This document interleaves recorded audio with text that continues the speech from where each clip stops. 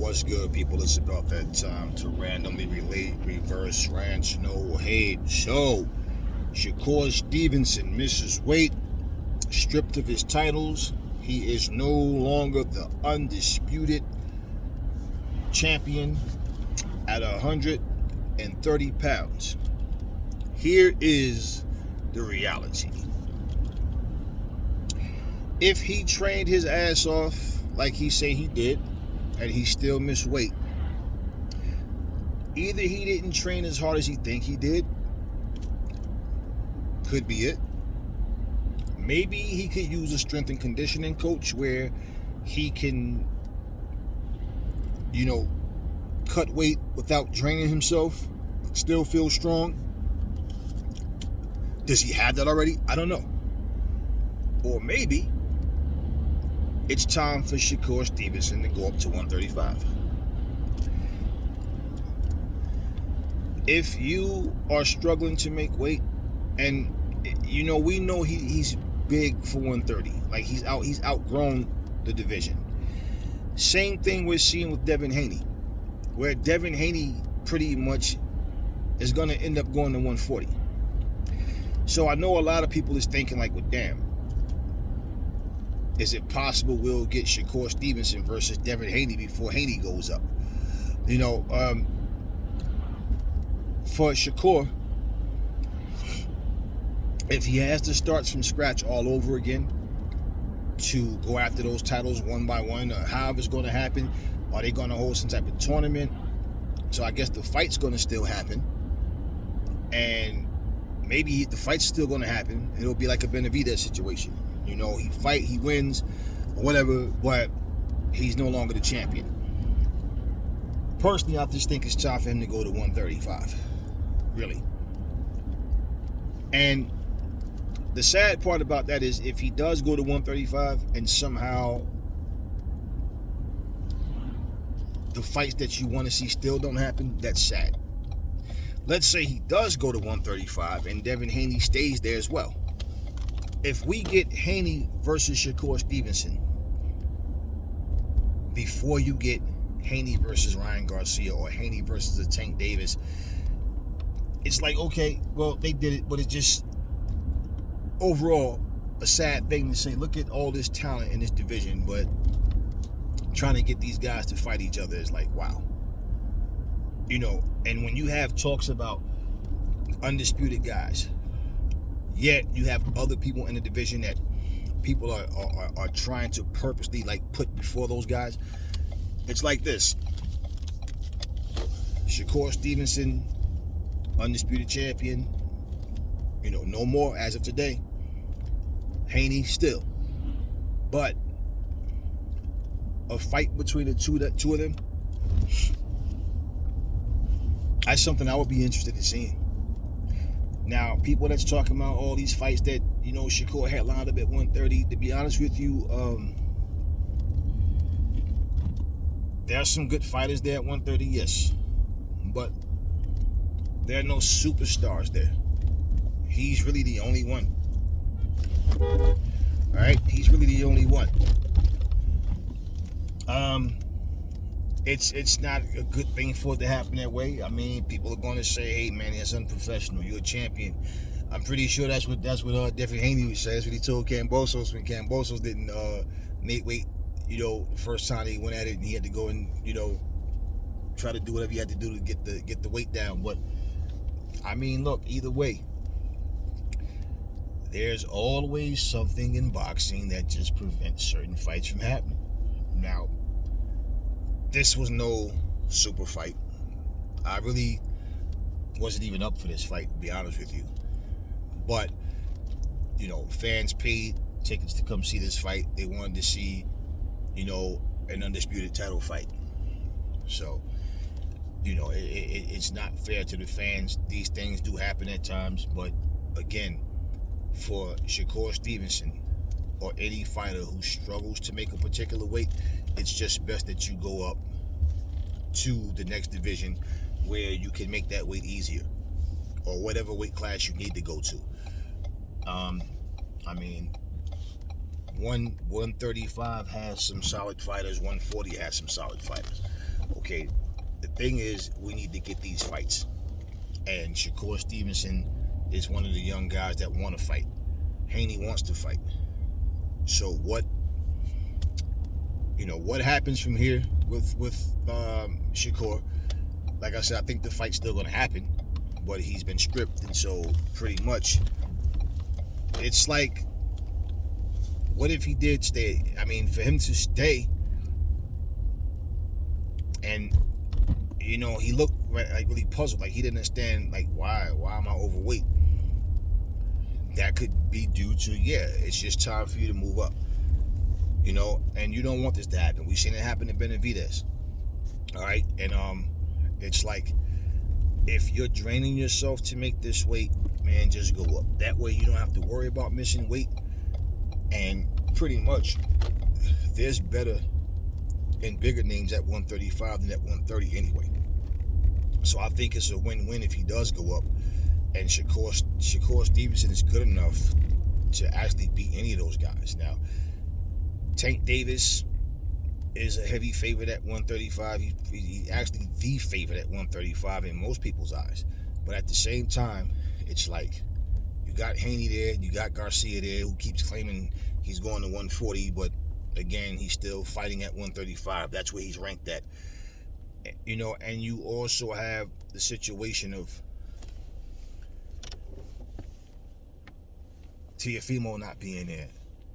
Rawley keeps talking about he's going to 140. Rawley doesn't know what he wants to do. He's talking about fighting people at 147. That's not even at 147 yet. So there are options, and I believe that once you get to a point where you find a comfortable weight, sometimes you don't train as hard as you think you are, or you have to train harder than what you've been doing, because as you start to get older, your body starts to grow, and so I don't know what Shakur Stevens' weight is when he walks around, but it would just be a better way to secure that you're going to make weight. And again, there's better fighters, there's more diverse fighters. You have 135 is deeper than 130. 140 is deep as well. Like I said, so I believe Shakur Stevenson can make 140 as well. So I mean, you can go up one division, two divisions, and still there's names there for you. And I mean, that's really all you can really say about it. I mean, we can assume what it was, but that's not even necessary. But the reality is, fighters got to be on the ball. Shit does happen. But if you're draining yourself to make the division, go up. I mean, you accomplish becoming undisputed. Nobody took your titles. Nobody beat you for your titles.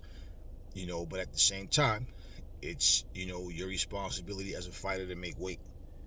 And I can't tell you exactly what it was, but I think that I see there's bigger names, bigger paydays at 135 than at 130, and he has names there. But again, the sad part is getting these fights to happen. Getting these different networks to want certain fights, and just a whole lot of, it's names there, but can this fight actually be made? And that's all the way up. We just keep having situations with fights where the public, and the worst part about it, it's the fights that the public wants. The fights that, him versus him. Yes, majority want those fights. And those are the hardest fights to make. With all due respect to Oscar Valdez, the guy was a champion, and he had a lot of people pulling for him. But as soon as he got beat, all Shakur did was beat a small guy. He is always a put down afterwards. But Oscar Valdez, when you talk about pound for pound great fighters, he's a solid fighter. There's no question about that. But I'm talking about the Garcias, the Tanks, the Teofimo Lopez's, the Josh Taylors, the Catteralls, like those guys. That's what I'm talking about. I'm not talking about Cambosos and guys like that so much. Those guys can fight, yes. And Kambosos beat Teofimo, so you have to mention him. And I don't want to hear that shit about he got lucky. But what I'm saying is, I'm saying in terms of fights that people are looking at, like what I'm saying, Valdez and he held the title, and he had titles, and so did he was a champion, and so was Shakur. So that's the fight he needed to unify, okay, and become undisputed. What I'm saying is, okay, you don't hear Oscar Valdez's name being mentioned all the time. Not because he can't fight, but that's what I'm saying. There's other fighters that have more popularity that basically Shakur will become even more popular fighting these guys, and especially if he beats them. So that's what I'm talking about. Kambosos did what he wasn't supposed to do. He beat Teofimo. Teofimo did what he wasn't supposed to do. He beat Lomachenko. You understand what I'm saying? So, like, he goes up at 135, at 130, 140. He's in great hands. He's in great company. Put it like that. It's just, it would be a real shame for that guy to go up to either one of those weight classes, and then guys are like, you haven't done nothing at 135. You have to prove yourself.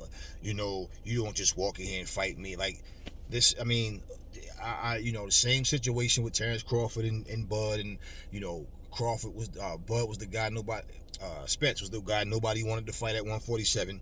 And then finally, when they started thinking they saw holes in his game, then they got confident that, I think I could beat him. Same with Bud. Bud ain't got no belt, or anything he did was at 140. This is 147. And then when he comes up, all of a sudden everybody gets quiet. And then Spence pulls the same thing on Crawford that, Thurman and all these other guys pulled on him. Thurman finally fought him. Danny Garcia finally fought him. But it's just the same thing. And it's like part of like what the videos I've been making, where these guys are playing duck, duck, duck, goose. So yeah, Shakur Stevenson not making weight. Yeah, man. Yeah. I mean, you win the titles, you want to defend them. You want to at least defend them. You want to do things on your terms to where, okay, I feel like I did enough. What other names that was there that he possibly was going to have possible fights with are not bigger than the top guys at 135 or 140. So that's where I'm going with that. And I do believe I strongly believe Shakur Stevenson is good enough to compete with any of those guys. Any of them. And they know it too. He reminds me of Haney in certain ways. It's just one of these things where you see two solid boxers, man. But I always hear, people are always going to try to find something to complain about with top prospects, especially when they know, like, he probably is better than the guy that I like, so maybe shoot him down. And so when guys go up, people always, no big deal, he won't beat this guy. It's always that. That's not the intrigue that boxing needs, but that's always there. Then when they fight these guys, you come from being a loved fighter to a hated fighter. You go up and wait, you haven't done anything up here, and it's like, when you see that, it makes you just think like, damn, because I'm different. I don't understand why these guys are not elated, man. Like, shit, Ali's a great fighter, I'm a great fighter. I want Ali. Shit, I'm a great fighter, Joe Frazier's a great fighter. I want Joe. I want Foreman. I want Wilder. I want Joshua. You understand what I'm saying? I want Fury. I want Usyk. Not, man, I don't need to fight that guy because I'll beat him anyway. Ain't no need, man, I don't need him. I make money without him. I'm already a millionaire. He's jealous. He broke. He need all these excuses. So, just to see, this situation with Shakur Stevenson, it's just like, just where do they go from here is always the question that I have when things like that happen, because, like I say, he has better options than he had at 130. So, tell me what y'all think in the comment section. Never fall in love with lies. Remember, the truth brings hate out of people, and I will catch y'all on the next video.